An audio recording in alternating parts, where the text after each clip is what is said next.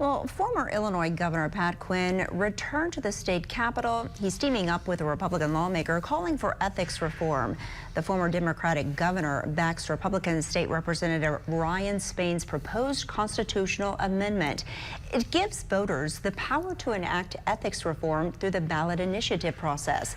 Quinn submitted a petition in 1976 to get ethics reform on the ballot, but Illinois Supreme Court ruled the state constitution did not give voters power to enact reforms. We need, with this ethics initiative, with this amendment, to send a message that we're going to make it easier for voters to move forward and call the question on important reforms for their government.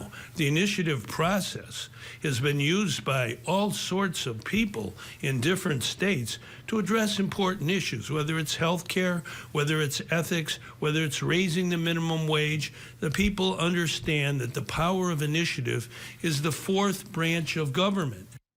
Now, the amendment would require a 3/5 majority in both the state House and Senate by May 5th in order to appear on the November ballot.